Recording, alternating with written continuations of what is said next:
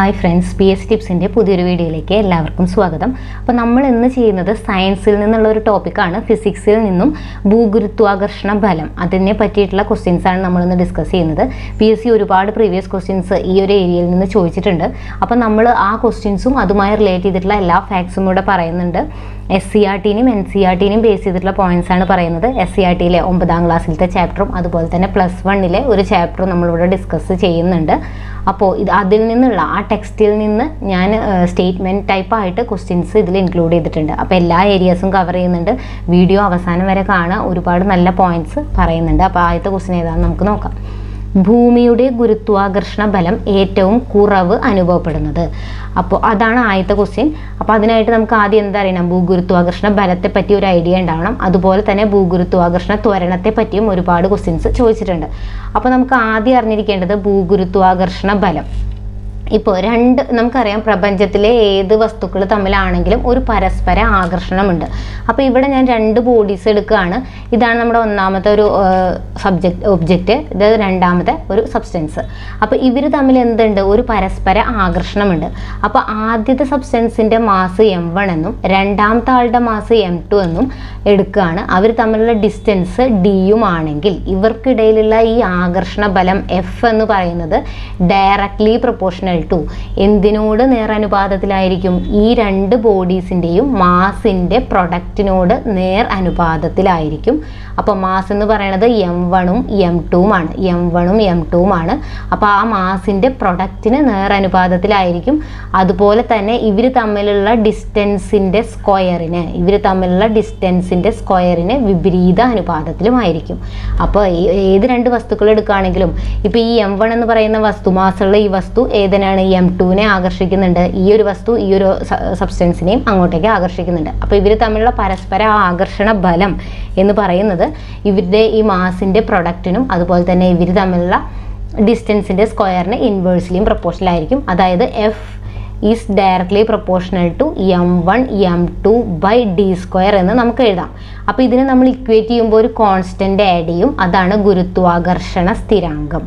G എന്ന് പറയുന്നത് Gm1 m2 by d². Okay, അപ്പോൾ ഈ Gm1 m2 ബൈ d² ആയിരിക്കും ഇവർ തമ്മിലുള്ള ഈ ആകർഷണ ബലം എന്ന് പറയുന്നത്.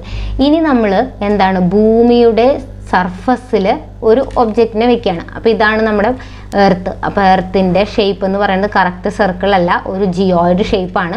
അപ്പോൾ ഇവിടെ നമ്മളൊരു സബ്സ്റ്റൻസിന് വെക്കുകയാണ്. അപ്പോൾ ഇനി എന്തായി? ഈ എർത്തും ഈ സബ്സ്റ്റൻസും, എർത്ത് എല്ലാ സബ്സ്റ്റൻസിനെയും അല്ലെങ്കിൽ എല്ലാ ബോഡീസിനെയും എന്തിലേക്ക് ആകർഷിക്കുന്നുണ്ട്? എർത്തിൻ്റെ സെൻറ്ററിലോട്ട് ആകർഷിക്കുന്നുണ്ട്. അപ്പോൾ ഈ ഒരു ബോഡീനെ ഇത് എങ്ങോട്ടേക്ക് ആകർഷിക്കുന്നുണ്ട്? അതിൻ്റെ സെൻറ്ററിലേക്ക് ആകർഷിക്കുന്നുണ്ട്. അപ്പം നമ്മൾ നേരത്തെ പറഞ്ഞു, ഇവിടെ 2 ബോഡീസ് ഉണ്ടെങ്കിൽ ഇവർ തമ്മിലുള്ള ഈ ആകർഷണ ബലം F എന്ന് പറയുന്നത് Gm1 m2 ബൈ d² ആയിരിക്കും. ഇവർ തമ്മിലുള്ള ഡിസ്റ്റൻസിൻ്റെ സ്ക്വയറിന് ഇൻവേഴ്സ്ലി പ്രൊപ്പോർഷണൽ ആയിരിക്കും. ഇവിടെ നമ്മൾ ആര് തമ്മിലുള്ള ആകർഷണ പറയുന്നത്? ഈ m1നും m2നും പകരം ഇവിടെയുള്ളത് നമ്മുടെ ഇവിടെ ഇരിക്കുന്ന ഒരു ഒബ്ജക്റ്റ്, ഇവിടെ ഒരു ഒബ്ജക്റ്റും ഈ m2 എന്ന് പറയുന്ന ആൾ നമ്മുടെ എർത്തുമാണ്. ഇവിടെ നമ്മൾ ഡിസ്കസ് ചെയ്യുന്നത് ഈ ഒരു ഒബ്ജക്റ്റും എർത്തും തമ്മിലുള്ള ആകർഷണ ബലമാണ്. അതിന് നമ്മൾ പറയും ഭൂഗുരുത്വാകർഷണ ബലം. ഈ ഭൂഗുരുത്വാകർഷണ ബലം, അപ്പോൾ നമുക്ക് ഇതിനെ എങ്ങനെ മാറ്റി എഴുതാം? G ഇതിൻ്റെ മാസ്, ഈ ഒരു ഒബ്ജക്റ്റിൻ്റെ മാസ് സ്മോൾ m ആയിട്ടും എർത്തിൻ്റെ മാസ് നമ്മൾ ക്യാപിറ്റൽ M ആയിട്ടും എടുക്കുകയാണെങ്കിൽ G small m capital M divided by ഇവർ തമ്മിലുള്ള ഡിസ്റ്റൻസ് എന്ന് പറയുന്നത് എന്താ? ഈ എർത്തിൻ്റെ റേഡിയസ് ആണിത്. ഈ എർത്തിൻ്റെ റേഡിയസ് ആണ് r² എന്ന് നമുക്ക് ഈ ഒരു ഇക്വേഷനെ മാറ്റി എഴുതാനായിട്ട് പറ്റും. കാരണം ഇവിടെ m1 എന്ന് പറയുന്നത് ഈ ഒബ്ജക്റ്റിൻ്റെ മാസാണ്, m2 എന്ന് പറയുന്നത് എർത്തിൻ്റെ മാസാണ്. എർത്തും ഒബ്ജക്റ്റും തമ്മിലുള്ള ആകർഷണ ബലത്തെ പറ്റിയാണ് നമ്മളിവിടെ പറയുന്നത്. അപ്പോൾ ഇതിൽ നിന്ന് ഒരുപാട് സ്റ്റേറ്റ്മെൻറ്റ് ക്വസ്റ്റ്യൻസ് നമ്മളോട് ചോദിക്കാം. എന്താണ് ഈ ഭൂഗുരുത്വാകർഷണ ബലം എന്ന് പറയുന്നത്? എന്തിനെയൊക്കെയാണ് ഡിപ്പെൻഡ് ചെയ്യുന്നത്? ഈ ഭൂഗുരുത്വാകർഷണ ബലം എന്ന് പറയുന്നത് മാസ് ഓഫ് ദ ഒബ്ജക്റ്റ്, അതായത് ഈ വസ്തുവിൻ്റെ മാസിനെ ഡിപ്പെൻഡ് ചെയ്യുന്നുണ്ട്. നമ്മളവിടെ വെച്ചിട്ടുള്ള ഈ വസ്തുവിൻ്റെ മാസിനെ ഡിപ്പെൻഡ് ചെയ്യുന്നുണ്ട്. അതുപോലെ തന്നെ എർത്തിൻ്റെ മാസിനെ ഡിപ്പെൻഡ് ചെയ്യുന്നുണ്ട്. എർത്ത് റേഡിയസിനെയും ഡിപ്പെൻഡ് ചെയ്യുന്നുണ്ട്. ഇതെല്ലാം പഠിക്കണം. സ്റ്റേറ്റ്മെൻ്റ് ആയിട്ട് നമ്മളോട് ചോദിക്കും. അപ്പോൾ ഭൂഗുരുത്വാകർഷണ ബലം എന്ന് പറയുന്നത് എന്തിനൊക്കെ ഡിപ്പെൻഡ് ചെയ്യുന്നുണ്ട്? ഇതാണ് എർത്തിൻ്റെ റേഡിയസ്. ഇവർ തമ്മിലുള്ള ഡിസ്റ്റൻസ് ആണ്, അത് എർത്തിൻ്റെ റേഡിയസ് ആണ്. ഇതാണ് എർത്തിൻ്റെ മാസ്, ഇതാണ് ആ വസ്തുവിൻ്റെ മാസ്. അപ്പോൾ ഇവരെയൊക്കെ ഡിപ്പെൻഡ് ചെയ്യുന്നുണ്ട്. ഇത് പിന്നെ കോൺസ്റ്റൻ്റ് ആണ്. അപ്പോൾ ഈ 3 കാര്യങ്ങളെയാണ് ഭൂഗുരുത്വാകർഷണ ബലം ഡിപ്പെൻഡ് ചെയ്യുന്നത്. ഇനി ഈ ഭൂഗുരുത്വാകർഷണ ബലം എവിടെയായിരിക്കും കൂടുതൽ? ഇതിന് നമ്മൾ പോൾ എന്നാണ് പറയുക, ധ്രുവമാണ്. ഇതാണെങ്കിൽ ഭൂമധ്യരേഖ, ഇത് ഭൂമധ്യരേഖ ഇക്വറ്റോർ. ഇതാണെങ്കിൽ ധ്രുവമാണ് അല്ലേ. അപ്പോൾ ഇതിവിടെ എവിടെയായിരിക്കും? ഇതാണെങ്കിൽ സെൻറ്ററുമാണ്. അപ്പോൾ എവിടെയായിരിക്കും ഈ ഫോഴ്സ് കൂടുതൽ, എവിടെയായിരിക്കും ഇത് കുറവ്? അപ്പോൾ നമുക്ക് നോക്കിയാൽ അറിയാം ഇത് കറക്റ്റ് ഒരു സർക്കിൾ അല്ല. അങ്ങനെയാണെങ്കിൽ ഇവിടെയൊക്കെ റേഡിയസ് സെയിം ആയേനെ. പക്ഷെ നമുക്കറിയാം എർത്തിൻ്റെ ഷേപ്പ് എന്ന് പറയുന്നത് ഒരു എലിപ്റ്റിക്കൽ ഷേപ്പാണ്. അതിനർത്ഥം ഈ സെൻറ്ററിൽ നിന്ന് ഇങ്ങോട്ടേക്കുള്ള ഈ റേഡിയസ്, ഓക്കെ, ഇത് R1 എന്നും ഇവിടെ നിന്ന് ഇങ്ങോട്ടേക്കുള്ള റേഡിയസ് നമ്മൾ R2 എന്നും എടുക്കുകയാണെങ്കിൽ ഇവിടെ R2 ആണ് കൂടുതൽ. ഇക്വറ്റോറിയൽ റേഡിയസ് ആണ് ഈ പോളാർ റേഡിയസിനേക്കാൾ കൂടുതൽ. ഇത് പോൾസിലേക്കുള്ളത്, ധ്രുവങ്ങളിലേക്കുള്ളത്. അപ്പോൾ ധ്രുവങ്ങളിലേക്കുള്ള റേഡിയസ് കുറവാണ്. അപ്പോൾ ധ്രുവങ്ങളിലേക്കുള്ള ആ റേഡിയസ് R1 എന്ന് പറയുന്നത് കുറവാണ്, R2 ആണ് കൂടുതൽ, R2 ആണ് കൂടുതലായിട്ടുള്ളത്. അപ്പോൾ ഇവിടെ നിന്ന് നോക്കിയാൽ അറിയാം ഫോഴ്സ് എന്ന് പറയുന്നത് ഇൻവേഴ്സ്ലി പ്രൊപ്പോർഷണൽ ടു R² ആണ് അല്ലേ. ഇത് മുകളിലും ഇത് താഴെയുമാണ് കിടക്കുന്നത്. അതിനർത്ഥം റേഡിയസ് കൂടിക്കഴിഞ്ഞാൽ ഫോഴ്സ് കുറയും, റേഡിയസ് കുറഞ്ഞു കഴിഞ്ഞാൽ ഫോഴ്സ് കൂടും. റേഡിയസ് കൂടിക്കഴിഞ്ഞാൽ ഫോഴ്സ് കുറയും, റേഡിയസ് കുറഞ്ഞു കഴിഞ്ഞാൽ ഫോഴ്സ് കൂടും. അപ്പോൾ ഇവിടെ റേഡിയസ് കൂടുതൽ എവിടെയാണ്? ഭൂമധ്യരേഖയിലാണ്. അപ്പോൾ ഭൂമധ്യരേഖയിലാണ് കൂടുതൽ? റേഡിയസ് കൂടുതൽ. അപ്പോൾ അവിടെ എന്തായിരിക്കും? ഫോഴ്സ് കുറവായിരിക്കും. ധ്രുവങ്ങളിലാണെങ്കിലോ റേഡിയസ് കുറവാണ്, അപ്പോൾ ഫോഴ്സ് കൂടുതലുമായിരിക്കും. ഇനി നമ്മൾ ഈ വസ്തുവിനെ എടുത്ത് സെൻറ്ററിലാണ് വെക്കുന്നത് വെക്കാം. അപ്പോൾ ഈ വസ്തുവിനെ നമ്മൾ സെൻറ്ററിൽ വെക്കുമ്പോൾ ഇതിന് ചുറ്റുമുള്ള ഈ ദ്രവ്യം എല്ലാ ദിശയിലേക്കും ഈ വസ്തുവിനെ ആകർഷിക്കും. അപ്പോൾ ഇതിന് ചുറ്റുമുള്ള ഈ ഭൂമിയുടെ ഈ ദ്രവ്യം ഈ വസ്തുവിനെ എല്ലാ ദിശയിലേക്കും ഒരുപോലെ ആകർഷിക്കും, എല്ലാ ദിശയിലേക്കും ഒരുപോലെ ആകർഷിക്കും. അപ്പോൾ അതിൻ്റെ ഇഫക്റ്റ് നമ്മൾ ടോട്ടലായിട്ട് എടുക്കുകയാണെങ്കിൽ അതിൻ്റെ മൊത്തത്തിലുള്ള ആ പരിണിത ഫലം എന്ന് പറയുന്നത് എന്തായിരിക്കും? 0 ആയിരിക്കും മൊത്തത്തിൽ. കാരണം എല്ലാ ദിശയിലേക്കും ഉണ്ട് ഫോഴ്സ്. അപ്പോൾ അതിൻ്റെ മൊത്തം ടോട്ടൽ ഇഫക്റ്റ് എന്ന് പറയുന്നത് 0 ആയിരിക്കും. അതിനർത്ഥം സെൻറ്ററിൽ ഈ ഭൂഗുരുത്വ ബലം എന്ന് പറയുന്നത് 0 ആയിരിക്കും. ഓക്കെ, അപ്പം നമ്മളിവിടെ പറഞ്ഞത് ഈ ഫോഴ്സ് എന്ന് പറയുന്നത് ഇൻവേഴ്സ്ലി പ്രൊപ്പോർഷണൽ ടു റേഡിയസിൻ്റെ സ്ക്വയർ. ഇവിടെ റേഡിയസ് കൂടുതൽ എവിടെയാണ്? ഭൂമധ്യരേഖയിലാണ്. അപ്പോൾ അവിടെ ഫോഴ്സ് കുറവായിരിക്കും. ധ്രുവങ്ങളിലാണെങ്കിൽ റേഡിയസ് കുറവും ഫോഴ്സ് കൂടുതലുമാണ്. പിന്നെ സെൻറ്ററിലാണെങ്കിൽ ഫോഴ്സ് എന്ന് പറയുന്നത് 0 ആയിരിക്കും. അപ്പോൾ നമ്മുടെ ഫസ്റ്റ് ക്വസ്റ്റ്യൻ ഇവിടെ ചോദിച്ചിട്ടുണ്ട് ഭൂമിയുടെ ഗുരുത്വാകർഷണ ബലം ഏറ്റവും കുറവ് അനുഭവപ്പെടുന്നത് എവിടെയാണ്? ധ്രുവങ്ങളിലല്ല. ധ്രുവം എന്നുള്ള വേർഡ് അപ്പോൾ അവിടെ വേണ്ട. ധ്രുവങ്ങളിൽ ഫോഴ്സ് കൂടുതലാണ്, കാരണം അവിടെ റേഡിയസ് കുറവാണ്. ധ്രുവം എന്ന് പറയുമ്പോൾ ഇവിടുന്ന് ഇങ്ങോട്ടേക്ക് എലിപ്സ് വരച്ച് നോക്കുക, ഇവിടെ നിന്നുള്ള റേഡിയസ് കുറവാണ്. അപ്പോൾ ഫോഴ്സ് കൂടും. അപ്പോൾ ഫോഴ്സ് കുറവ് എവിടെയാണ് വരിക? ഭൂമധ്യരേഖയിലാണ്. കാരണം ഭൂമധ്യരേഖയിൽ ഈ റേഡിയസ് കൂടുതലാണ്, അപ്പോൾ ഫോഴ്സ് അവിടെ കുറവായിരിക്കും. ഓക്കെ, അപ്പോൾ ഇതിൽ നിന്നുള്ള സ്റ്റേറ്റ്മെൻറ്റ് ടൈപ്പ് ക്വസ്റ്റ്യൻസ് വേറെ എന്തൊക്കെ വരാം? അപ്പോൾ താഴെ തന്നിരിക്കുന്ന പ്രസ്താവനകളിൽ തെറ്റായ പ്രസ്താവന: ഭൂഗുരുത്വാകർഷണ ബലം ഭൂമിയുടെ ആരത്തെയും ഭൂമിയുടെ മാസിനെയും ആശ്രയിക്കുന്നില്ല. അപ്പോൾ ഇത് തന്നെ തെറ്റാണ്. നമ്മൾ ഓൾറെഡി പറഞ്ഞു എന്തിനൊക്കെ ആശ്രയിക്കുന്നുണ്ട്? ആ വസ്തുവിൻ്റെ മാസിനെയും ഭൂമിയുടെ റേഡിയസിനെയും അത് ആശ്രയിക്കുന്നുണ്ട്. അപ്പോൾ ഈ ഫസ്റ്റ് സ്റ്റേറ്റ്മെൻറ്റ് തെറ്റാണ്. ഇനി ഭൂമധ്യരേഖയിൽ ഭൂമിയുടെ ആകർഷണ ബലം കുറവായിരിക്കും. നമ്മൾ പറഞ്ഞു, കാരണം ഭൂമധ്യരേഖയിൽ റേഡിയസ് കൂടുതലായതുകൊണ്ട് ഫോഴ്സ് അവിടെ കുറവായിരിക്കും. ധ്രുവങ്ങളിലാണെങ്കിൽ ഗുരുത്വാകർഷണ ബലം എന്തായിരിക്കും? കൂടുതലായിരിക്കും. ഇനി ഗുരുത്വാകർഷണ ബലം ഒരു സമ്പർക്കരഹിത ബലമാണ് എന്ന് വെച്ച് കഴിഞ്ഞാൽ നമ്മളിവിടെ പറഞ്ഞു ഇതാണ് ഗുരുത്വാകർഷണ ബലം അല്ലെ. രണ്ട് വസ്തുക്കൾ തമ്മിലുള്ള ഈ പരസ്പര ആകർഷണത്തെ നമ്മൾ ഗുരുത്വാകർഷണ ബലം എന്ന് പറയും. അപ്പോൾ ഈ ഗുരുത്വാകർഷണ ബലം എന്ന് പറയുന്നത് ഒരു ഇവർ തമ്മിൽ സമ്പർക്കത്തിലില്ല. അത് ഇവിടെ രണ്ട് വസ്തുക്കളെ നമ്മൾ വെക്കുകയാണെങ്കിൽ അവർ സമ്പർക്കത്തിൽ വന്നിട്ടില്ല. ഇനി നമ്മൾ നോക്കുകയാണെങ്കിൽ ഒരു റോഡിലൂടെ ഒരു വാഹനം അല്ലെങ്കിൽ നമ്മളൊരു തറയിൽ ഒരു വസ്തു വെച്ചിരിക്കുകയാണ്. അപ്പോൾ ഈ തറയും ഈ വസ്തുവും തമ്മിൽ കോണ്ടാക്റ്റിലാണ് ഇരിക്കുന്നത്. അപ്പോൾ ഇവർക്കിടയിലുള്ള ഈ ഘർഷണ ബലത്തെ പറ്റി നമ്മൾ പറയുകയാണെങ്കിൽ ഘർഷണ ബലം ഓക്കെ, ഘർഷണ ബലത്തെ പറ്റി പറയുകയാണെങ്കിൽ ഇവർ കോണ്ടാക്റ്റിലാണുള്ളത്. അപ്പം ഉണ്ടാവുന്ന ബലമാണ് ഘർഷണ ബലം. അപ്പം ഘർഷണ ബലം എന്ന് പറയുന്നത് എന്താ, ഒരു സമ്പർക്ക ബലമാണെന്ന് പറയാം. അവർ തമ്മിൽ സമ്പർക്കത്തിലാണ്. ഇവർ ഇത്രയും ഡിസ്റ്റൻസിൽ ടച്ച് ചെയ്തിട്ടല്ല ഇരിക്കുന്നത്. അതിനെയാണ് നമ്മൾ പറയുന്നത് സമ്പർക്കരഹിത ബലം. അപ്പോൾ ഇവിടെയൊക്കെ ആണെങ്കിലും ഇപ്പോൾ നമ്മൾ എർത്ത് നിന്ന് ഇവിടെ ഒരു ബോഡി വെച്ചിട്ടുണ്ടെങ്കിൽ ഈ ഒരു ബോഡീനെയും എന്താണ്, ഈ എർത്ത് ഇതിലേക്ക് ആകർഷിക്കുന്നുണ്ട്. അപ്പോൾ ഈ ഗുരുത്വാകർഷണ ബലം എന്ന് പറയുന്നത് എന്താണ്, സമ്പർക്കരഹിത ബലത്തിന് എക്സാമ്പിളാണ്. അപ്പോൾ അവർ ടച്ചിലല്ല ഇരിക്കുന്നത്, ഇൻ ടച്ച് ആയിട്ടല്ല ഇരിക്കുന്നത്. അതുകൊണ്ടാണ് നമ്മൾ സമ്പർക്കരഹിത ബലം എന്ന് പറയുന്നത്. അപ്പോൾ ടെക്സ്റ്റിൽ ഒരുപാട് എക്സാമ്പിൾസ് കൊടുത്തിട്ടുണ്ട് സമ്പർക്കരഹിത ബലത്തിനും സമ്പർക്ക ബലത്തിനും. അപ്പോൾ സമ്പർക്ക ബലത്തിനുള്ള എക്സാമ്പിളുകൾ പഠിക്കണം, എക്സാമിന് ചോദിക്കാം. ഏതൊക്കെയാണ്? പ്രതല ബലം. പ്രതല ബലം സമ്പർക്ക ബലത്തിന് എക്സാമ്പിളാണ്. അതുപോലെ തന്നെ വിസ്കസ് ഫോഴ്സ്, വിസ്കസ് ബലം, ഇലാസ്റ്റിക് ഫോഴ്സ്, അതുപോലെ തന്നെ ഘർഷണം, ഫ്രിക്ഷണൽ ഫോഴ്സ്, ഘർഷണ ബലം. പ്രതല ബലം, വിസ്കസ് ഫോഴ്സ്, ഇലാസ്റ്റിക് ഫോഴ്സ്, ഘർഷണ ബലം, ഇതൊക്കെ എന്താണ്, സമ്പർക്ക ബലങ്ങൾക്ക് എക്സാമ്പിൾ ആണ്. ഇനി സമ്പർക്കരഹിത ബലത്തിന് എക്സാമ്പിൾ ആണ് ഒന്ന് നമ്മൾ പറഞ്ഞു, ഈ ഗുരുത്വാകർഷണ ബലം. പിന്നെ അതുപോലെ തന്നെയുള്ളതാണ് nuclear force. Nuclear force, electromagnetic force, വൈദ്യുത കാന്തിക ബലം, ഇലക്ട്രോമാഗ്നറ്റിക് ഫോഴ്സ്, ഇതെല്ലാം എന്തിന് എക്സാമ്പിളാണ്, സമ്പർക്കരഹിത ബലത്തിന് എക്സാമ്പിളാണ്. ഇത് SCERT കൊടുത്തിട്ടുള്ളതാണ്. അപ്പോൾ ഈ ഒരു പോയിന്റ്സും പഠിച്ചിരിക്കണം. ഇനി പിന്നെ ചോദിച്ചിട്ടുണ്ട് താഴെ തന്നിരിക്കുന്ന പ്രസ്താവനകളിൽ ശരിയായത് ഏതെല്ലാം, എന്തെല്ലാമാണ് ശരിയായിട്ടുള്ളത് നോക്കണം. അപ്പോൾ ഒരു വസ്തുവിന്മേൽ ഭൂഗുരുത്വാകർഷണ ബലം ഏറ്റവും കൂടുതൽ അനുഭവപ്പെടുന്നത് അത് ഭൂമിയുടെ ഉപരിതലത്തിലായിരിക്കുമ്പോഴാണ്. അപ്പോൾ ഇതാണ് നമ്മുടെ ഭൂമി. ഈ ഭൂമിയുടെ ഉപരിതലത്തിലായിരിക്കുമ്പോൾ ഇതാണ് നമ്മുടെ റേഡിയസ്. അപ്പോൾ ഇവിടുത്തെ റേഡിയസ് കുറവാണ്. അപ്പോൾ ഈ കുറവ് റേഡിയസ്, അതായത് ധ്രുവങ്ങളിൽ റേഡിയസ് കുറവാണ്. ഉപരിതലത്തിലാവുമ്പോൾ റേഡിയസ് കുറവാണ്. ഇവിടേക്കാണ് റേഡിയസ് കൂടുതൽ വരുന്നത്, ഡിസ്റ്റൻസ് കൂടുതൽ വരുന്നത്. ഡിസ്റ്റൻസ് കുറവായതുകൊണ്ട് ഇവിടെ എന്തായിരിക്കും, ഫോഴ്സ് കൂടുതലായിരിക്കും. അപ്പോൾ ഒരു വസ്തുവിന്മേൽ ഭൂഗുരുത്വാകർഷണ ബലം ഏറ്റവും കൂടുതൽ അനുഭവപ്പെടുന്നത് അത് ഭൂമിയുടെ ഉപരിതലത്തിലായിരിക്കുമ്പോഴാണ്. ഈ ഉപരിതലത്തിൽ, അതായത് ഈ ഡിസ്റ്റൻസ് എന്ന് പറയുന്നത് എർത്തിൻ്റെ റേഡിയസിന് ഈക്വലായി വരുമ്പോഴാണ് ഭൂഗുരുത്വാകർഷണ ബലം കൂടുതൽ അനുഭവപ്പെടുന്നത്. ഇനി ഇവിടെ നിന്ന് മുകളിലേക്ക് പോകും തോറും ആകർഷണ ബലം കുറയും. അതെന്തുകൊണ്ടാണ്? അപ്പോൾ അതെ, ഇവിടെ ഇതാണ് നമ്മുടെ എർത്ത് എന്ന് പറയുന്നത്. അപ്പോൾ ഇവിടെ നിന്ന് ഇങ്ങോട്ടേക്കുള്ള ഡിസ്റ്റൻസ് ആണ് 6. അപ്പോൾ ഇവിടെ ഒരു വസ്തു ഇരിക്കുമ്പോൾ നമ്മൾ പറഞ്ഞു എന്താ, Gm(M)R² ആണ് ഫോഴ്സ് എന്ന് പറയുന്നത്. ഇനി ഇവിടെ നിന്ന് മുകളിലത് ഇവിടെയാണ് ഒരു വസ്തുവിനെ ഞാൻ വെക്കുന്നത് h ഡിസ്റ്റൻസിൽ. ഇവിടെ നിന്ന് h ഡിസ്റ്റൻസിൽ ഒരു വസ്തുവിനെ വെക്കുവാണെങ്കിൽ ഈ ഈ ഡിസ്റ്റൻസ് എന്നുള്ളത് എത്രയായി മാറും, Gm(M)R+h² എന്നായിട്ട് വരും. R+h, അതായത് ഡിസ്റ്റൻസ് കൂടുകയാണ്. നമുക്കറിയാം force is inversely proportional to ഡിസ്റ്റൻസിൻ്റെ സ്ക്വയർ ആണ്.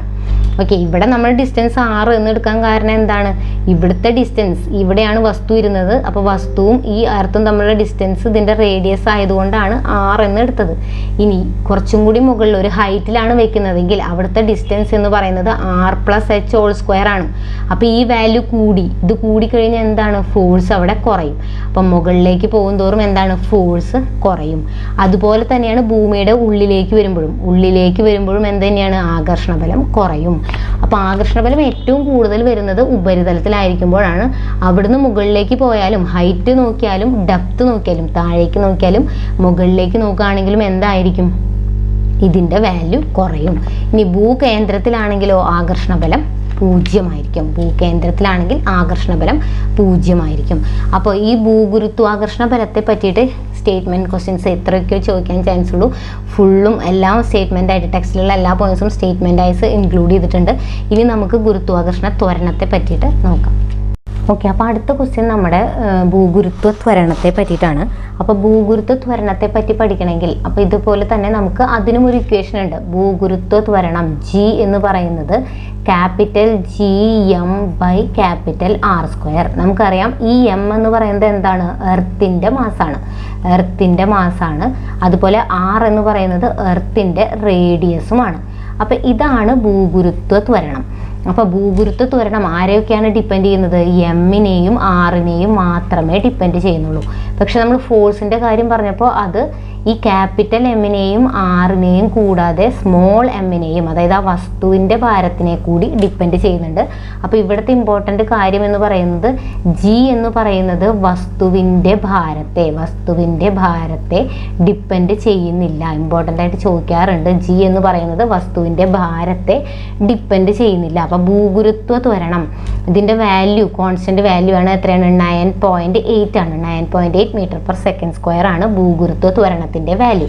അപ്പോൾ ഇത് പറയാൻ കാരണം എന്താണെന്ന് വെച്ച് കഴിഞ്ഞാൽ ഇപ്പം നമ്മളോട് ചോദിക്കുകയാണ് ഇപ്പോൾ 10 കിലോഗ്രാം മാസുള്ള ഒരു വസ്തുവിനും അതുപോലെ 20 കിലോഗ്രാം മാസുള്ള ഒരു വസ്തുവിൻ്റെയും ജിയുടെ വാല്യൂ എന്ന് പറയുന്നത് എന്ത് തന്നെയായിരിക്കും? സെയിം ആയിരിക്കും. അപ്പോൾ അങ്ങനെ ഒരു സ്റ്റേറ്റ്മെൻറ്റ് ടൈപ്പ് ക്വസ്റ്റ്യൻ വന്നാൽ ഇത് എഴുതണം. കാരണം എന്താണെന്ന് വെച്ച് കഴിഞ്ഞാൽ ഇത് മാസിനെ ഡിപ്പെൻഡ് ചെയ്യുന്നില്ല, എർത്തിൻ്റെ മാസിനെയും എർത്തിൻ്റെ റേഡിയസിനെയും മാത്രമേ ഡിപ്പെൻഡ് ചെയ്യുന്നുള്ളൂ.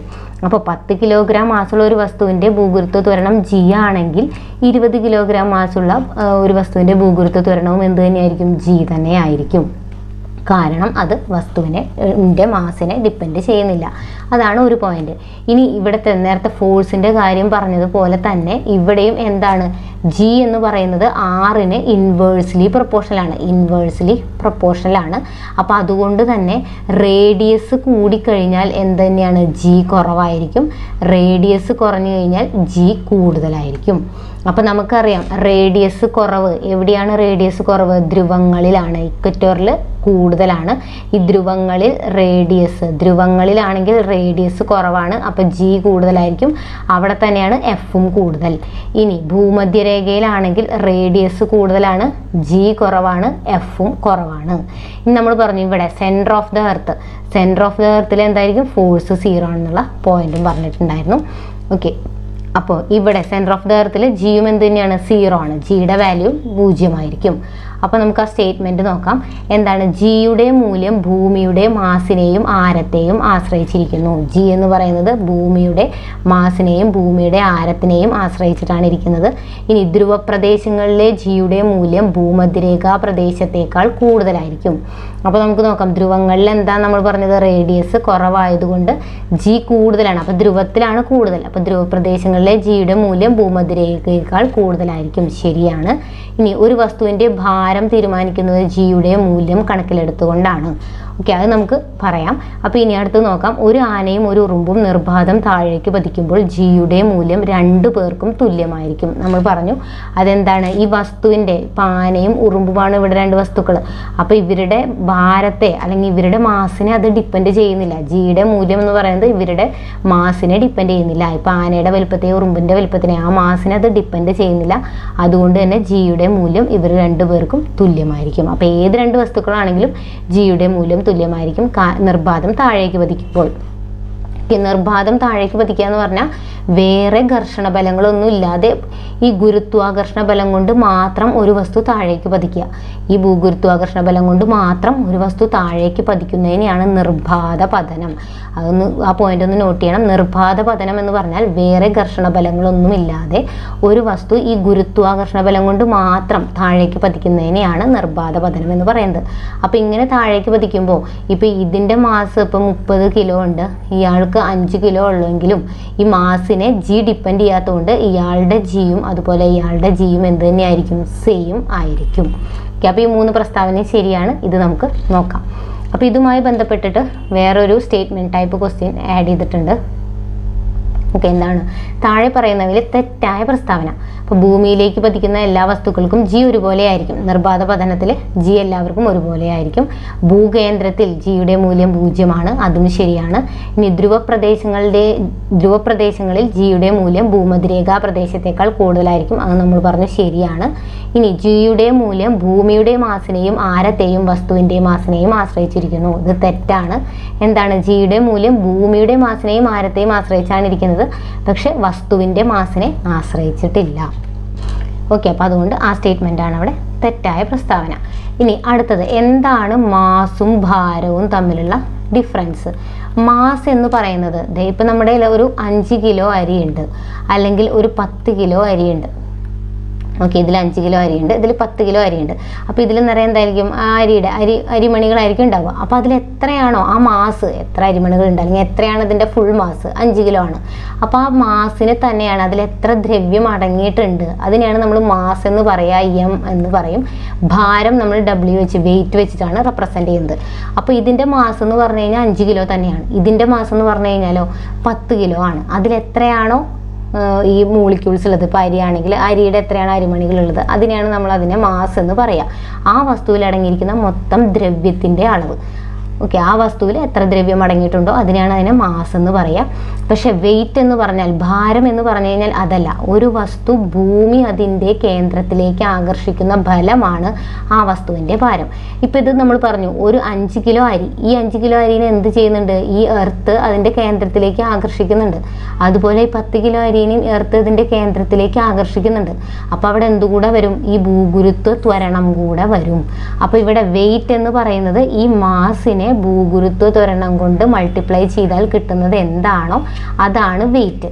അപ്പോൾ എം ഇൻറ്റു ആക്സിലറേഷൻ പോലെയാണ് ഇത്, അല്ലെ, എം ഇൻറ്റു ജി എന്ന് പറഞ്ഞാൽ. അപ്പോൾ ആക്ച്വലി ഇത് എന്താണ്, ഒരു ഫോഴ്സാണ്. വെയിറ്റ് എന്ന് പറയുന്നത് ഒരു ഫോഴ്സാണ്. ഒരു വസ്തുവിനെ ഭൂമി അതിൻ്റെ കേന്ദ്രത്തിലേക്ക് ആകർഷിക്കുന്ന ബലമാണ് ആ വസ്തുവിൻ്റെ ഭാരം. അതായത് ആ വസ്തുവിൻ്റെ ഭൂഗുരുത്വാകർഷണ ബലം, അതാണ് അതിൻ്റെ വെയിറ്റ് എന്ന് പറയുന്നത്. അപ്പോൾ മാസ് എന്ന് പറഞ്ഞാൽ ഇപ്പോൾ 10 കിലോ അരിയിൽ എന്താ 10 കിലോ ആണ് അതിലുള്ള ദ്രവ്യം, ഇതിലാണെങ്കിൽ 5 കിലോ ആണ്. അപ്പോൾ ഇതിനെയാണ് നമ്മൾ മാസ് എന്ന് പറയുക. ഈ മാസ് എപ്പോഴും കോൺസ്റ്റൻ്റ് ആയിരിക്കും, കാരണം ഇത് സിംഗിളായി നിൽക്കുന്ന ഒരു ക്വാണ്ടിറ്റിയാണ്. ഇത് വേറെ ഒന്നിനും ഡിപ്പെൻഡ് ചെയ്യുന്നില്ല. അപ്പം അതുകൊണ്ട് മാസ് എല്ലായിടത്തും സെയിം ആയിരിക്കും. പക്ഷേ വെയിറ്റ് എന്ന് പറഞ്ഞു കഴിഞ്ഞാൽ എന്താ, ഈ മാസിലുള്ള ആ ഒരു ഭൂഗുരുത്വ ത്വരണം കൂടി അവിടെ വരുന്നുണ്ട്. എം ഇൻറ്റു ജി എന്ന് പറയുന്ന ഒരു ക്വാണ്ടിറ്റി കൂടെ അവിടെ വരുന്നുണ്ട്. അപ്പോൾ ജീനെ ഡിപ്പെൻഡ് ചെയ്തിട്ടാണ് ആരിയ്ക്കുന്നത്, ഭാരം ഇരിക്കുന്നത്. അപ്പോൾ ഭാരം എന്തിനെ ഡിപ്പെൻഡ് ചെയ്യുന്നുണ്ട്, ജിയെ ഡിപ്പെൻഡ് ചെയ്യുന്നുണ്ട്. അപ്പോൾ ജി വാരി ചെയ്യുമ്പോൾ ഈ ഭാരവും വാരി ചെയ്യും. പക്ഷെ മാസ് എന്ന് പറയുന്നത് എപ്പോഴും കോൺസ്റ്റൻ്റ് ആയിരിക്കും, സെയിം ആയിരിക്കും. ഓക്കെ, അപ്പം ഈ ഒരു പ്രസ്താവന നോക്കാം നമുക്ക്. ശരിയായ പ്രസ്താവനകൾ ഏതെല്ലാം എന്നാണ് ചോദിച്ചിട്ടുള്ളത്. ഒരു വസ്തുവിൽ അടങ്ങിയിട്ടുള്ള ദ്രവ്യത്തിൻ്റെ അളവാണ് മാസ്, അത് ജിയെ ആശ്രയിച്ചിരിക്കുന്നു. അത് തെറ്റാണ്. മാസ് എന്ന് പറയുന്നത് ജീനെ ആശ്രയിച്ചിട്ടില്ല, അതൊരു ഇൻഡിപെൻഡൻറ്റ് ക്വാണ്ടിറ്റിയാണ്, ആരെയും ഡിപ്പെൻഡ് ചെയ്യുന്നില്ല, സിംഗിളായി നിൽക്കുന്നതാണ്. എത്രയാണോ അതിലുള്ള ദ്രവ്യം അത് എപ്പോഴും കോൺസ്റ്റൻ്റ് ആയിരിക്കും. ഇനി ഒരു വസ്തുവിനെ ഭൂമി അതിൻ്റെ കേന്ദ്രത്തിലേക്ക് ആകർഷിക്കുന്ന ബലമാണ് ആ വസ്തുവിൻ്റെ ഭാരം. അപ്പോൾ ഭാരം എന്തിനെ ഡിപ്പെൻഡ് ചെയ്യുന്നുണ്ട്, ജിയെ ഡിപ്പെൻഡ് ചെയ്യുന്നുണ്ട്. അപ്പോൾ ഒരു വസ്തുവിന് ഏറ്റവും കൂടുതൽ ഭാരം അനുഭവപ്പെടുന്നത് ഭൂകേന്ദ്രത്തിലായിരിക്കും. അത് നമുക്ക് നോക്കാം. അപ്പോൾ ഇതാണല്ലോ ഭൂമി എന്ന് പറയുന്നത്. അപ്പോൾ അതിൽ ഇവിടെ ധ്രുവങ്ങളിൽ എന്താണ്, ജി, ധ്രുവങ്ങളിൽ ജിയുടെ വാല്യൂ എന്ന് പറയുന്നത് കൂടുതലാണ്. അപ്പം ജി കൂടിക്കഴിഞ്ഞാൽ നമുക്കറിയാം എം ഇൻറ്റു ജി ആണ് വെയിറ്റ്. അപ്പോൾ നമ്മുടെ വെയിറ്റും എന്താണ്, കൂടും. പിന്നെ ഈ ഭൂമധ്യരേഖയിലാണെങ്കിൽ ജി കുറവായതുകൊണ്ട് വെയിറ്റും കുറവായിരിക്കും. ഭൂകേന്ദ്രത്തിലാണെങ്കിലോ 0 ആണ്, ജിയുടെ വാല്യൂ 0 ആണ്. അപ്പോൾ വെയിറ്റും എന്തായിരിക്കും, 0 ആയിരിക്കും. ഓക്കെ, ഭൂകേന്ദ്രത്തിൽ ജി കൂടാൻ കാരണം എന്താ, ഇവിടേക്കുള്ള റേഡിയസ് കുറവാണ്. നമ്മൾ നേരത്തെ പറഞ്ഞു, റേഡിയസ് കുറവാണെങ്കിൽ ജിയുടെ വാല്യൂ കൂടുതലായിരിക്കും. അപ്പോൾ ജി കൂടുമ്പോൾ വെയിറ്റും കൂടും. അപ്പോൾ ഏറ്റവും കൂടുതൽ ഭാരം അനുഭവപ്പെടുന്നത് ഭൂകേന്ദ്രത്തിലായിരിക്കുമ്പോഴാണെന്നുള്ളത് തെറ്റായ പ്രസ്താവനയാണ്. കാരണം ഭൂകേന്ദ്രത്തിൽ എന്താണ് ഭാരം, 0 ആയിരിക്കും അതിൻ്റെ ഭാരം. ഇനി ധ്രുവങ്ങളിൽ വസ്തുക്കളുടെ മാസ് കൂടുതലും ഭൂമധ്യരേഖയിൽ കുറവുമായിരിക്കും. മാസിൻ്റെ കാര്യമാണ് പറയുന്നത്, അത് തെറ്റാണ്. കാരണം എന്താണ്, മാസ് എന്ന് പറയുന്നത് കോൺസ്റ്റൻ്റ് ആണ്, എല്ലായിടത്തും സെയിം ആയിരിക്കും. ധ്രുവങ്ങളിൽ എത്രയാണോ അത്ര തന്നെയാണ് ഭൂമധ്യരേഖയിലും അനുഭവപ്പെടുക, അത്ര തന്നെയാണ് സെൻറ്ററിലും ഉണ്ടാവുക. ഓക്കെ, അപ്പം മാസ് ചേഞ്ച് ചെയ്യുന്നില്ല, വെയിറ്റ് ആണ്, ഭാരമാണ് അവിടെ ചേഞ്ച് ചെയ്യുന്നത്. ഒന്നുകൂടെ നോക്കുക. അപ്പോൾ ഭാരം എന്ന് പറയുന്നത് ഭൂകേന്ദ്രത്തിൽ എത്രയായിരിക്കും, 0 ആയിരിക്കും. ധ്രുവങ്ങളിൽ കൂടുതലായിരിക്കും, ഭൂമധ്യരേഖയിൽ കുറവായിരിക്കും. പക്ഷെ മാസ് എന്ന് പറയുന്നത് ഈ 3 സ്ഥലത്തും, ഭൂകേന്ദ്രത്തിലാണെങ്കിലും ധ്രുവങ്ങളിലാണെങ്കിലും ഭൂമധ്യരേഖാ പ്രദേശങ്ങളിലാണെങ്കിലും എല്ലായിടത്തും എന്ത് തന്നെയായിരിക്കും, കോൺസ്റ്റൻ്റ് ആയിരിക്കും, സെയിം ആയിരിക്കും. ഓക്കെ, അപ്പോൾ ഇതിലെ ശരിയായ പ്രസ്താവന എന്ന് പറയുന്നത് ഈ രണ്ടാമത്തെ പ്രസ്താവനയാണ്. അപ്പോൾ അടുത്തൊരു ക്വസ്റ്റ്യൻ ചോദിച്ചിട്ടുണ്ട്. ഓക്കെ, അപ്പോൾ നമുക്കിവിടെ അതിൻ്റെ ഒരു പോയിന്റ് ഉണ്ടായിരുന്നു. ഒരു വസ്തുവിൻ്റെ ഭാരം തീരുമാനിക്കുന്നത് ജിയുടെ മൂല്യം കണക്കിലെടുത്തുകൊണ്ടാണ്. അതും ശരിയാണ്. നമ്മൾ പറഞ്ഞു ഭാരം എന്ന് പറഞ്ഞാൽ എം ഇൻറ്റു ജി ആണ്. എം ഇൻറ്റു ജി ആണ്. ഇനി അടുത്തൊരു ക്വസ്റ്റ്യൻ ചോദിച്ചിട്ടുണ്ട്. എന്താണ്, ഒരു ശരീരം ഭൂമധ്യരേഖയിൽ നിന്ന് ദക്ഷിണ ധ്രുവത്തിലേക്ക് മാറുമ്പോൾ അതിൻ്റെ ഭാരം. ഓക്കെ, ഭൂമധ്യരേഖയിൽ നിന്ന്, ഇവിടെ ഭൂമധ്യരേഖയിൽ നിന്ന് ധ്രുവങ്ങളിലേക്ക്. ഓക്കെ, ഇവിടെ എന്താണ്, ഇവിടെ നമുക്ക് പറഞ്ഞു വെയിറ്റ് കുറവാണ്, ധ്രുവങ്ങളിലാണ് വെയിറ്റ് കൂടുതൽ. ഓക്കെ, അപ്പോൾ ദക്ഷിണ ധ്രുവത്തിൽ നിന്ന് ധ്രുവത്തിലേക്ക് മാറ്റുകയാണ്, ഭൂമധ്യരേഖയിൽ നിന്ന് ധ്രുവങ്ങളിലേക്ക്. ഈ ധ്രുവങ്ങളിലേക്ക് മാറുമ്പോൾ എന്താണ് ഉണ്ടാവുക, അതിൻ്റെ ഭാരം വർദ്ധിക്കുകയാണ്. ഇവിടെ കുറവാണ്, ഇവിടെയൊക്കെ എന്തായിരിക്കും, കൂടുതലായിരിക്കും. ഓക്കെ, പിന്നെ ജിയുമായി ബന്ധപ്പെട്ട് വേറെ കുറച്ച് പ്രസ്താവനകളുണ്ട്. അപ്പോൾ നമ്മുടെ ഭൂമിയിലെ ജിയുടെ മൂല്യത്തിൻ്റെ 1/6 ഭാഗമാണ് ചന്ദ്രനിലെ ജിയുടെ മൂല്യം. ഇത് പഠിച്ചു വയ്ക്കുക. 1/6 ഭാഗമാണ്. അപ്പോൾ ജിയുടെ മൂല്യം ഭൂമിയിലാണെങ്കിൽ 9.8 ആണ് പറയുന്നത്, മൂണിലാണെങ്കിൽ അത് 1.62 ആണ്. 1.62 ആയിരിക്കും. അതായത് ഭൂമിയുടെ ജിയുടെ മൂല്യത്തിൻ്റെ 1/6 ഭാഗമാണ് ചന്ദ്രനിലെ ജിയുടെ മൂല്യം. ഇനി നമ്മൾ പറഞ്ഞ നേരത്തെ മാസ് എന്ന് പറഞ്ഞാൽ എത്രയാണോ അതിലുള്ള ആ ദ്രവ്യത്തിൻ്റെ അളവാണ് മാസ്. അപ്പോൾ മാസ് അളക്കാൻ നമ്മൾ ഉപയോഗിക്കുന്ന ഉപകരണമാണ് കോമൺ ബാലൻസ്. ഭാരം അളക്കാനുള്ള ഉപകരണമാണ് സ്പ്രിംഗ് ബാലൻസ്. അതും കൂടി പഠിച്ചിരിക്കുക. മാസ് അളക്കുന്ന ഉപകരണം കോമൺ ബാലൻസും അളക്കുന്ന ഉപകരണം ഭാരം അളക്കുന്ന ഉപകരണം സ്പ്രിംഗ് ബാലൻസുമാണ്. ഇനി 1 കിലോഗ്രാം മാസുള്ള വസ്തുവിന്മേൽ ഭൂമി പ്രയോഗിക്കുന്ന ആകർഷണ ബലത്തിന് തുല്യമായ ബലമാണ് 1 കിലോഗ്രാം ഭാരം. അതും ശരിയാണ്. ഇപ്പോൾ ടെക്സ്റ്റിൽ അതിൻ്റെ ഒരു പാർട്ട് ഉണ്ട്. 1 കിലോഗ്രാം മാസുള്ള വസ്തുവിന്മേൽ ഭൂമി പ്രയോഗിക്കുന്ന ആകർഷണ ബലത്തിന് തുല്യമായ ബലമാണ് 1 കിലോഗ്രാം ഭാരം. നമുക്കറിയാം F = m × G ആണ്. m എത്രയാണെന്നാണ് തന്നിട്ടുള്ളത്?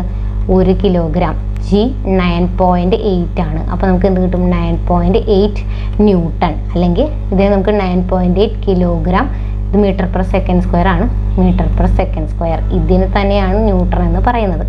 അപ്പോൾ അതായത് 1 കിലോഗ്രാം വെയിറ്റ് ആണ് 9.8 ന്യൂട്ടൺ. കിലോഗ്രാം വെയിറ്റ് എന്നത് ഭാരത്തിൻ്റെ മറ്റൊരു യൂണിറ്റ് ആണ്. അപ്പോൾ ഭാരത്തിൻ്റെ മറ്റൊരു യൂണിറ്റ് പഠിച്ചു വയ്ക്കുക. എന്താണ്? Kilogram wait. അതുപോലെ ഈ ഒരു സ്റ്റേറ്റ്മെൻറ്റും പഠിക്കുക. 1 കിലോഗ്രാം മാസുള്ള വസ്തുവിന്മേൽ ഭൂമി പ്രയോഗിക്കുന്ന ആകർഷണ ബലത്തിന് തുല്യമായ ബലമാണ് 1 കിലോഗ്രാം ഭാരം എന്ന് പറയുന്നത്. ഇനി അതുപോലെ തന്നെ ഇപ്പോൾ നമുക്കറിയാം, ഇതാണ് നമ്മുടെ സൺ. ഓക്കെ, സണ്ണിന് ചുറ്റും എന്താണ്? ഗ്രഹങ്ങൾ കറങ്ങുന്നുണ്ട് അല്ലേ? അപ്പോൾ സണ്ണിന് ചുറ്റും ഈ ഗ്രഹങ്ങൾ കറങ്ങാൻ കാരണമായിട്ടുള്ള ഈ ബലം ആരാണ് കൊടുക്കുന്നത്? സണ്ണാണ് കൊടുക്കുന്നത്. അതായത് സൂര്യനിൽ നിന്നുള്ള ഗുരുത്വാകർഷണ ബലമാണ് ഗ്രഹങ്ങൾക്ക് അഭികേന്ദ്ര ബലം നൽകുന്നത്. അപ്പോൾ ഈ ഗ്രഹങ്ങൾക്ക് അഭികേന്ദ്ര ബലം നൽകുന്നത് സൂര്യനിൽ നിന്നുള്ള ഗുരുത്വാകർഷണ ബലമാണ്. എന്നാൽ ഗ്രഹങ്ങൾക്ക് ചുറ്റും ആരുണ്ട്? ഉപഗ്രഹങ്ങളുണ്ട്. ഇത് ഉപഗ്രഹങ്ങളാണ്, ഇത് ഗ്രഹമാണ്. അപ്പോൾ ഗ്രഹത്തിൽ നിന്നുള്ള ഗുരുത്വാകർഷണ ബലമായിരിക്കും ഉപഗ്രഹങ്ങൾക്ക് എന്ത് കൊടുക്കുന്നത്? ഈ അഭികേന്ദ്ര ബലം കൊടുക്കുന്നത്. അപ്പോൾ ആ ഒരു പോയിന്റും കൂടെ ആലോചിച്ച് വയ്ക്കുക. ഗ്രഹങ്ങൾക്ക് അഭികേന്ദ്ര ബലം കൊടുക്കുന്നത് സൂര്യനിൽ നിന്നുള്ള ഗുരുത്വാകർഷണ ബലമാണ്. ഉപഗ്രഹങ്ങൾക്ക് അത് കൊടുക്കുന്നത് ഗ്രഹങ്ങളിൽ നിന്നുള്ള ഗുരുത്വാകർഷണ ബലവുമാണ്. അടുത്തൊരു ക്വസ്റ്റ്യൻ നോക്കാം. ഭൂമിയുടെ പലായന പ്രവേഗം എത്രയാണ്? ഭൂമിയുടെ പലായന പ്രവേഗം 11.2 km/s ആണ്. 11.2 km/s. അപ്പോൾ പലായന പ്രവേഗം എന്ന് പറഞ്ഞു കഴിഞ്ഞാൽ ഭൂമിയുടെ ഗുരുത്വാകർഷണ വലയത്തിൽ നിന്നും പുറത്തു കിടക്കാൻ ആവശ്യമായിട്ടുള്ള വെലോസിറ്റി. അതായത് ഇപ്പോൾ നമ്മളൊരു ബോൾ മുകളിലേക്ക് എറിഞ്ഞു കഴിഞ്ഞാൽ ഒരു പെർട്ടിക്കുലർ വെലോസിറ്റിയിൽ നമ്മളൊരു ബോൾ മുകളിലേക്ക് എറിയുമ്പോൾ ഒരു കുറച്ച് ഹൈറ്റിൽ അത് പോയി തിരിച്ച് എങ്ങോട്ടേക്ക് തന്നെ വരും? താഴെ ഗ്രൗണ്ടിലേക്ക് തന്നെ വരും. പിന്നെ നമ്മൾ ഈ വെലോസിറ്റി കൂട്ടുമ്പോൾ ഇത് പോകുന്ന ഹൈറ്റും അതിനനുസരിച്ച് കൂടും. ഇനി പലായന പ്രവേഗം എന്താണെന്ന് വെച്ച് കഴിഞ്ഞാൽ നമ്മളൊരു ബോൾ മുകളിലേക്ക് എറിയാണ്, അത് തിരിച്ച് വരാത്തക്ക രീതിയിൽ, അതായത് ഈ ബോൾ നമ്മൾ മുകളിലേക്ക് എറിഞ്ഞ് അത് തിരിച്ച് വരാതിരിക്കാൻ നമ്മൾ എത്ര വെലോസിറ്റിയിൽ എറിയണം, അതിനെയാണ് പലായന പ്രവേഗം എന്ന് പറയുന്നത്. അതായത് ഈ ഭൂമിയുടെ ഗുരുത്വാകർഷണ വലയത്തിൽ നിന്നും ഒരു വസ്തുവിന് പുറത്ത് കിടക്കാൻ ആവശ്യമായിട്ടുള്ള പ്രവേഗം. അപ്പോൾ അത് എന്ന് പറയുന്നത് 11.2 km/s ആണ്. അപ്പോൾ അത് ഒത്തിരി വലിയ വെലോസിറ്റിയാണ്. അപ്പോൾ 11.2 km/s നമ്മൾ ഏതൊരു വസ്തുവിനെ മുകളിലേക്ക് എറിഞ്ഞാലും പിന്നീട് അത് തിരിച്ച് ഭൂമിയിലേക്ക് വരില്ല, അത് ഇതിൻ്റെ ആകർഷണ വലയത്തിൽ നിന്നും പുറത്തേക്ക് കിടക്കും. അപ്പോൾ അതിന് വേണ്ട പ്രവേഗത്തിനെയാണ് നമ്മൾ ഭൂമിയുടെ പലായന പ്രവേഗം എന്ന് പറയുന്നത്. അപ്പോൾ ഇനി ചന്ദ്രൻ്റെ പലായന പ്രവേഗമാണ് 2.3 km/s എന്ന് പറയുന്നത്. 2.3 കിലോമീറ്റർ ആണ് km/s ചന്ദ്രൻ്റെ പലായന പ്രവേഗവും. 11.2 km/s എന്ന് പറയുന്നത് ഭൂമിയുടെ പലായന പ്രവേഗവുമാണ്. പിന്നെ ടെക്സ്റ്റിലുള്ള 3 പോയിന്റ്സ് ആണ് കെപ്ലറിൻ്റെ 3 ലോസ്. കെപ്ലറിൻ്റെ 3 ലോസ് ചിലപ്പോൾ സ്റ്റേറ്റ്മെന്റ് ടൈപ്പിൽ ചോദിക്കാം. അപ്പോൾ ഒന്നാമത്തെ ലോ പറയുന്നത് എന്താണെന്ന് വെച്ച് കഴിഞ്ഞാൽ സൂര്യനെ കേന്ദ്രമാക്കി ഗ്രഹങ്ങൾ ദീർഘവൃത്താകൃതിയിലുള്ള ഭ്രമണപഥത്തിലൂടെ സഞ്ചരിക്കുന്നു. അപ്പോൾ ഇവിടെയാണ് കറക്റ്റ് സെൻട്രലല്ല സൂര്യൻ, അതായത് ഇപ്പോൾ ഇതൊരു എലിപ്റ്റിക്കൽ പാത്താണ്. അപ്പോൾ ഒരു എലിപ്സിന് എന്താണ്? ഇതാണ് എലിപ്സിൻ്റെ സെൻറ്റർ എങ്കിൽ 2 ഫോക്കസ് ഉണ്ടായിരിക്കും. അപ്പോൾ ഏതെങ്കിലും ഒരു ഇത് F1 എന്ന് പറയുന്ന ഫോക്കസ്, ഇത് F2 എന്ന് പറയുന്ന ഫോക്കസ്. അപ്പോൾ ഈ ഏതെങ്കിലും ഒരു ഫോക്കസിലായിരിക്കും സണ്ണ് ഉണ്ടാവുക. അപ്പോൾ ഈ സണ്ണിനെ കേന്ദ്രമാക്കിയിട്ട് ഗ്രഹങ്ങൾ ദീർഘവൃത്താകൃതിയിലുള്ള ഭ്രമണപഥത്തിലൂടെ സഞ്ചരിക്കുന്നു എന്ന് പറയുന്നതാണ് ഒന്നാം നിയമം എന്ന് പറയുന്നത്. ഇനി രണ്ടാമത്തെ നിയമം എന്താണെന്ന് വെച്ച് കഴിഞ്ഞാൽ, ഇപ്പോൾ ഇവിടെയാണ് ഒരു ഗ്രഹമെങ്കിൽ അത് കുറച്ച് സമയം കഴിയുമ്പോൾ ഈ ഒരു പോയിന്റിലേക്ക് എത്തി. അപ്പോൾ ഈ ഒരു പോയിന്റിലേക്ക് എത്താൻ എത്ര ടൈം, ഒരു ഡെൽറ്റ ടി ടൈം എടുത്തു എന്ന് വിചാരിക്കുക. അപ്പോൾ എയിൽ നിന്ന് ബിയിലേക്ക് പോവാൻ വേണ്ടി എടുത്ത സമയം ഡെൽറ്റ ടി ആണ്. അപ്പോൾ ഈ ഡെൽറ്റ ടിയിൽ ഇത് കവർ ചെയ്ത ഏരിയ എന്ന് പറയുന്നത് ഡെൽറ്റ എ ആണെങ്കിൽ, ഇവിടെ ഇതേ സമയം നമ്മൾ എടുക്കുകയാണെങ്കിൽ ഈ ഡെൽറ്റ ടി എന്ന് പറയുന്നത് സെയിം ആയിരിക്കണം. ഓരോ ഡെൽറ്റ ടി സമയം നമ്മൾ എടുക്കുമ്പോഴും അത് കവർ ചെയ്യുന്ന ഏരിയ എന്ത് തന്നെയായിരിക്കും, ഡെൽറ്റ എ തന്നെ ആയിരിക്കും. ഇതിപ്പോൾ ഒരു 10 ഡേ ആണെന്ന് വിചാരിക്കും. ഒരു 10 ഡേ എടുത്തു ഒരു ഗ്രഹം എയിൽ നിന്ന് ബിയിലേക്ക് എത്താൻ. അപ്പോൾ അത് കവർ ചെയ്ത ഏരിയ ഒരു ഡെൽറ്റ എ ആണെങ്കിൽ അടുത്ത 10 ഡേയ്സിലും അത് കവർ ചെയ്യുന്ന ഏരിയ ഡെൽറ്റ എ തന്നെ ആയിരിക്കും. അപ്പോൾ ഡെൽറ്റ ടി, ഒരു പെർട്ടിക്കുലർ ഡെൽറ്റ ടിയിൽ കവർ ചെയ്യുന്ന ഏരിയ എപ്പോഴും സെയിം ആയിരിക്കും. ഇപ്പോൾ ഒരു 10 ദിവസത്തെ കാര്യം നമ്മൾ എടുക്കുകയാണെങ്കിൽ ഓരോ 10 ദിവസത്തെ ഇടവേള നമ്മൾ എടുക്കുകയാണെങ്കിൽ, ഇപ്പോൾ ഇവിടെ ഒരു 10 ദിവസത്തെ ഒരു ഗ്യാപ്പ് എടുക്കുകയാണെങ്കിൽ അത് കവർ ചെയ്യുന്ന ഏരിയ ഇവിടെ എത്ര ഏരിയ ആണോ കവർ ചെയ്ത് അതേ ഏരിയ തന്നെയായിരിക്കും ഇവിടെയും അത് കവർ ചെയ്യുന്നുണ്ടാവുക. അതാണ് രണ്ടാമത്തെ നിയമം പറയുന്നത്. ഇനി മൂന്നാമത്തെ നിയമം എന്താണെന്ന് വെച്ച് കഴിഞ്ഞാൽ, ഗ്രഹങ്ങളുടെ പരിക്രമണ സമയം ഒരു ഫുൾ റൊട്ടേഷൻ എടുക്കുന്ന സമയമാണ് ടി എന്ന് പറയുന്നത്. ഒരു ഗ്രഹം ഇവിടെ നിന്ന് ഫുൾ റൊട്ടേഷൻ എടുക്കാനുള്ള സമയമാണ് ടി. ഈ ടിയുടെ സ്ക്വയർ, ഇതിൻ്റെ സ്ക്വയർ എന്ന് പറയുന്നത്, ഇപ്പോൾ ഇവിടെയാണ് സൺ ഇരിക്കുന്നത്, ഇപ്പോൾ ഇവിടെയാണ് നമ്മുടെ ഒരു ഗ്രഹം എന്ന് വിചാരിക്കുക. അപ്പോൾ ഈ ഗ്രഹം ഈ ഫുൾ റൊട്ടേഷൻ ചെയ്യാനായിട്ട്, എ എന്ന് പറയുന്ന ഒരു ഗ്രഹം ഫുൾ റൊട്ടേഷൻ ചെയ്യാനായിട്ട് ടി ടൈം എടുത്തു. അപ്പോൾ ആ ടി സ്ക്വയർ എന്ന് പറയുന്നത് ഈ സൂര്യനും ഈ ഗ്രഹത്തിനും ഇടയ്ക്കുള്ള ഡിസ്റ്റൻസ് 6 ആണെങ്കിൽ, ഇവർക്കിടയിലുള്ള ഡിസ്റ്റൻസ് 6 ആണെങ്കിൽ ഈ ടി സ്ക്വയർ എന്ന് പറയുന്നത് 6ന്റെ ക്യൂബിന് പ്രൊപ്പോർഷണൽ ആയിരിക്കും. ഈ ടി സ്ക്വയർ എന്ന് പറഞ്ഞാൽ ഇത് ഫുൾ റൊട്ടേഷൻ ചെയ്യാൻ വേണ്ട സമയം. ഈ പരിക്രമണ സമയത്തിൻ്റെ വർഗം, സ്ക്വയർ എന്ന് പറയുന്നത് ഇവർ തമ്മിലുള്ള ഈ ഡിസ്റ്റൻസിന്, സൂര്യനിൽ നിന്നും എത്ര ഡിസ്റ്റൻസിലാണോ ഇരിക്കുന്നത് അതിൻ്റെ ക്യൂബിന് നേർ അനുപാതത്തിലായിരിക്കും എന്നുള്ളതാണ് മൂന്നാമത്തെ ലോ പറയുന്നത്. ഇനി NCERT +1 ചാപ്റ്ററിൽ പറയുന്നതാണ് എന്താണ് ജിയോ സ്റ്റേഷനറി സാറ്റലൈറ്റും എന്താണ് പോളാർ സാറ്റലൈറ്റും. ഇതൊരു പ്രാവശ്യം ചോദിച്ചിട്ടുള്ളതാണ്. അപ്പോൾ ജിയോ സ്റ്റേഷനറി സാറ്റലൈറ്റ് എന്ന് പറഞ്ഞാൽ വൃത്താകാര പരിക്രമണ പാതയിൽ ഭൂമധ്യരേഖാ പ്രതലത്തിലൂടെ സഞ്ചരിക്കുന്ന T=24 മണിക്കൂർ ആയ ഉപഗ്രഹങ്ങളെ ഭൂസ്ഥിര ഉപഗ്രഹങ്ങൾ അല്ലെങ്കിൽ ജിയോ സ്റ്റേഷനറി സാറ്റലൈറ്റ്സ് എന്ന് വിളിക്കുന്നു. ഭൂമിയും അതേ ആവർത്തന കാലത്തിൽ ഭ്രമണം ചെയ്യുന്നതിനാൽ ഭൂമിയിൽ എവിടെ നിന്ന് നോക്കിയാലും ഈ ഉപഗ്രഹങ്ങൾ എന്തായി കാണപ്പെടും, നിശ്ചലമായിട്ട് കാണപ്പെടും. അപ്പോൾ അതിൻ്റെ പരിക്രമണ സമയം ടി എന്ന് പറയുന്നത് 24 മണിക്കൂറുള്ള ഉപഗ്രഹങ്ങളെ നമ്മൾ ഭൂസ്ഥിര ഉപഗ്രഹങ്ങൾ എന്ന് പറയുക. വൃത്താകാര പരിക്രമണ പാതയിൽ ഭൂമധ്യരേഖാ പ്രതലത്തിലൂടെയാണ് സഞ്ചരിക്കുന്നത്. അപ്പോൾ ഭൂമിയിൽ നിന്ന് നോക്കി കഴിഞ്ഞാൽ ഈ ഉപഗ്രഹങ്ങൾ എന്തായി കാണപ്പെടും, നിശ്ചലമായിട്ട് കാണപ്പെടും. ആ ഒരു പോയിന്റ് ഓർത്തിരിക്കുക. ഇനി പോളാർ സാറ്റലൈറ്റ് എന്ന് പറഞ്ഞു കഴിഞ്ഞാൽ ഇത് ഭൂമിയുടെ ധ്രുവങ്ങൾക്ക് ചുറ്റും, ഇത് 2 ധ്രുവങ്ങൾക്ക് ചുറ്റും തെക്ക് വടക്കായിട്ട്, ധ്രുവങ്ങൾക്ക് ചുറ്റും തെക്ക് വടക്ക ദിശയിലാണ് സഞ്ചരിക്കുന്നത്. എന്നാൽ ഭൂമി അതിൻ്റെ അച്ചുതണ്ടിൽ പടിഞ്ഞാറ് കിഴക്കു ദിശയിലാണ് കറങ്ങുന്നത്. അപ്പോൾ ഉപഗ്രഹത്തിൻ്റെ പരിക്രമണ കാലം ഏകദേശം 100 മിനിറ്റ് ആയതിനാൽ ഒരു ദിവസം പല തവണ അത് ഭൂമിയെ ചുറ്റിക്കറങ്ങുന്നു. അപ്പോൾ ഇതാണ് പോളാർ സാറ്റലൈറ്റ്. ജിയോ സ്റ്റേഷനറി സാറ്റലൈറ്റിൻ്റെ ഭൂമിയുടെ അതേ ആവർത്തന കാലയളവ് തന്നെയാണുള്ളത്, T=24 മണിക്കൂർ തന്നെയാണ്. എന്നാൽ പോളാർ സാറ്റലൈറ്റ് എന്ന് പറഞ്ഞു കഴിഞ്ഞാൽ അതിൻ്റെ പരിക്രമണ കാലം വെറും 100 മിനിറ്റ് ആണ്. അപ്പോൾ 100 മിനിറ്റ് ആയതുകൊണ്ട് തന്നെ ഒരു ദിവസത്തിൽ പല തവണ അത് ഭൂമിയെ ചുറ്റിക്കറങ്ങും. ധ്രുവങ്ങളെ കേന്ദ്രീകരിച്ച് തെക്ക് വടക്ക് ദിശയിലായിരിക്കും അത് സഞ്ചരിക്കുന്നത്. ഇനി വേറെ NCERT ടെക്സ്റ്റിലുള്ള 2 പോയിന്റ്സ് ആണ്. നമുക്കറിയാം ഏതാ, ഫിലോസഫിയ നാച്ചുറാലിസ് പ്രിൻസിപ്പിയ മാത്തമാറ്റിക്ക എന്ന് പറയുന്ന ബുക്ക് ന്യൂട്ടൻ്റെ ആണ്. ഇതൊരു പ്രാവശ്യം ചോദിച്ചിട്ടുള്ളതാണ്. അപ്പം ന്യൂട്ടൻ്റെ ഗ്രന്ഥമാണ് ഫിലോസഫിയ നാച്ചുറാലിസ് പ്രിൻസിപ്പിയ മാത്തമാറ്റിക്ക എന്നുള്ളത്. ഇനി അതിനെ കേന്ദ്രീകരിച്ച് ഇന്ത്യൻ ജ്യോതിശാസ്ത്രജ്ഞനും നോബൽ സമ്മാന ജേതാവുമായ HS ചന്ദ്രശേഖറിൻ്റെ പുസ്തകമാണ് Newton's Principia for the common reader. അപ്പോൾ ഇതും കൂടി ഒന്ന് പഠിച്ചിരിക്കുക. Newton's Principia for the common reader എന്ന് പറയുന്ന ബുക്ക് ആരുടെയാണ്, ചന്ദ്രശേഖറിൻ്റെയാണ്. S ചന്ദ്രശേഖറിൻ്റെയാണ് Newton's Principia for the common reader. പിന്നെ പ്രീവിയസ് ആയി ചോദിച്ചിട്ടുള്ള ഒരു ക്വസ്റ്റ്യൻ ആണ്, ഗുരുത്വ തരംഗങ്ങളുടെ അസ്തിത്വത്തെക്കുറിച്ച് ആദ്യമായി പ്രവചിച്ച ശാസ്ത്രജ്ഞൻ. ഗുരുത്വ തരംഗങ്ങളുടെ അസ്തിത്വത്തെക്കുറിച്ച് ആദ്യമായി പ്രവചിച്ച ശാസ്ത്രജ്ഞനാണ് ആൽബർട്ട് ഐൻസ്റ്റീൻ.